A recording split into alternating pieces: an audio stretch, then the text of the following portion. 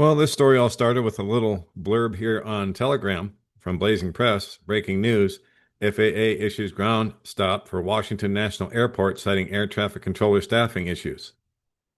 So that was the first thing I saw. And then, as I went to investigate further, I found this: shutdown grounds air traffic control. Ground stop at Phoenix Airport as unpaid air traffic controllers abandon towers. And then a Thanksgiving threat looms. Yeah, think about how busy that travel season gets. So now the government shutdown continues to wreak havoc on the nation's airports as it heads towards the second month of many employees going unpaid. Yes. See, and that's the problem. While some of you out there are celebrating all over social media, saying how great it is that the government shut down, we're going to save all this money, these people are a waste of space. Well, what about this? I'd say air traffic controllers, for one, are pretty critical. If you want to fly anywhere safely, that is. Well, they're already shutting down airports because of this staffing shortage. Can you blame them for walking out? It's one of the most stressful jobs in the world, and they're not getting paid. So they're probably working other jobs so they can find a way to make ends meet. Just saying. The government shutdown continues to wreak havoc on the nation's airports as it heads towards the second month with many employees going unpaid. Both Phoenix Sky Harbor Airport and San Diego Airport reported ground delays Friday due to lack of staff.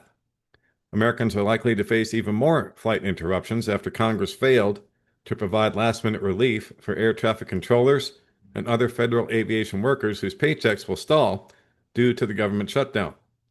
While Donald Trump's administration moved funds to delay impact on some areas, such as pay for the troops, which will only last for 1 week, by the way, lawmakers warn that next week aviation workers will not receive their paychecks.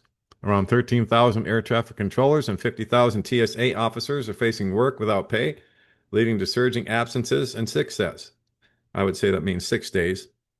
Since the shutdown began on October 1, staff absences have contributed to 53% of all flight delays compared to the usual 5%.